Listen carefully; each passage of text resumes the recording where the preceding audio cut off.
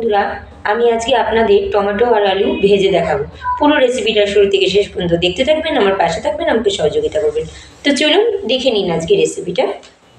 এটা আমার গরম হয়ে গেছে, এবার আমি এই তেলের মধ্যে টমেটো আর আলুটা ভাজতে দিয়ে দিচ্ছি।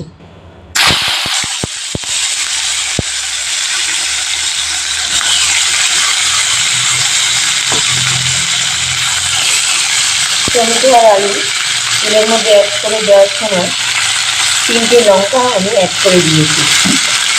এবার আমি এর মধ্যে পরিমাণ মতো হলুদ ও পরিমাণ মতো লবণ অ্যাড করে দিচ্ছি।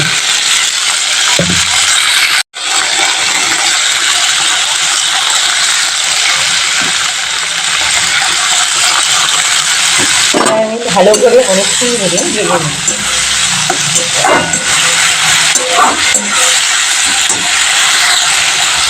আলুটাকে আমি অনেকক্ষণ ধরে ভালো করে ভেজে নিচ্ছি।